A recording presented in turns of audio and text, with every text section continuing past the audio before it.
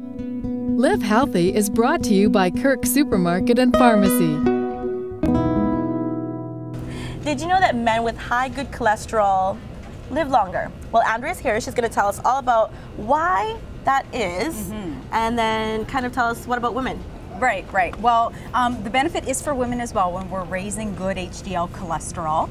But a particular study out of the American Journal of Cardiology had followed men for a certain number of years from their 60s and monitored their HDL, their good cholesterol levels, to see, how it benefited them into their 80s. And what they determined was that the men with the highest levels of good cholesterol, so this is over 60 milligrams per deciliter, found that they had a 30% less likely chance to die by their 85th birthdays. Wow. Yeah, compared to men in their 60s who actually had low HDL, and this is anything under 40 milligrams per deciliter, right? So now the benefit is for women as well. Of course, we're trying to keep good cholesterol high here, which can be very confusing because do you know what HDL cholesterol is, Delisa?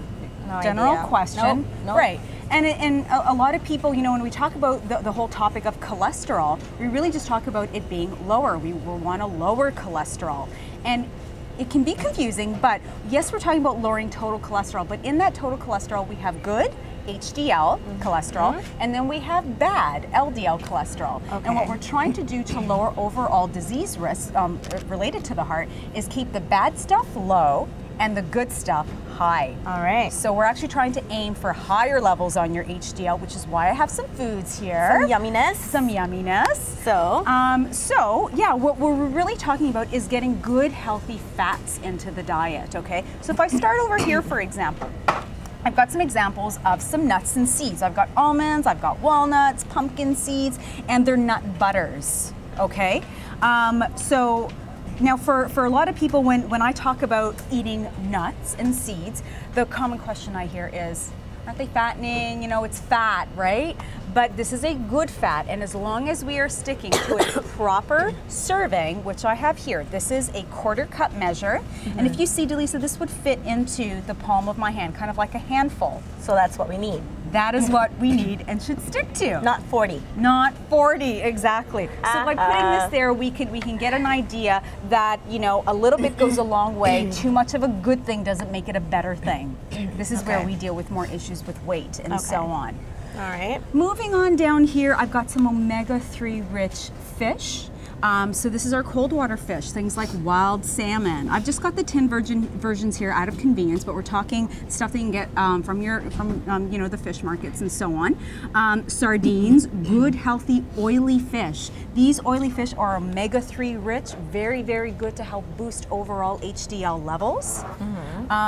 Avocados. I love avocado. Do you love avocado? Isn't it great? Oh my gosh. Right. Awesome. So what we're talking about is having like a 1/4 of this pear, not the whole thing, right? Fair. So again, So this good. is where portions, make a difference, because yes, we are talking fats here. Okay. Some other fats: extra virgin olive oil, hemp oil. You could add this to a smoothie or just drizzle it over a salad or your oatmeal in the morning. Okay.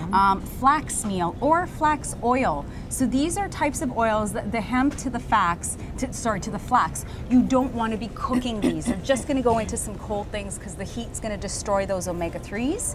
But generally, we're talking about good, healthy fats, getting them in, really great, effective at boosting the HDL.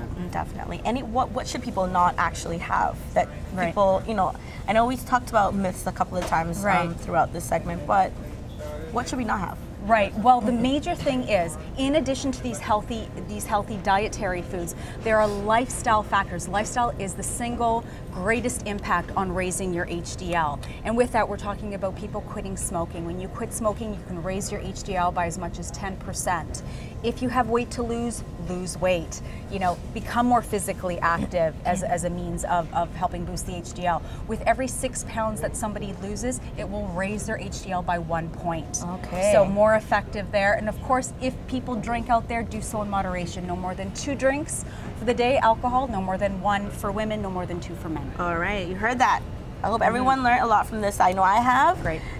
1 for men, glasses of wine. 2 for men. 2 for men, one for women. Right. Because I know a lot of people, you know, they always want to have that little red wine or anything. Thank you very much. Thanks, Lisa. All right, everyone, don't forget you can tune in right here on Daybreak every Thursday for your Live Healthy segment, as well as come on down to the Kirk Supermarket. Andrea's here, and she can help you answer any questions that you have. Don't go away. There's more Daybreak coming up after the break. Stay with us. Live Healthy is brought to you by Kirk Supermarket and Pharmacy.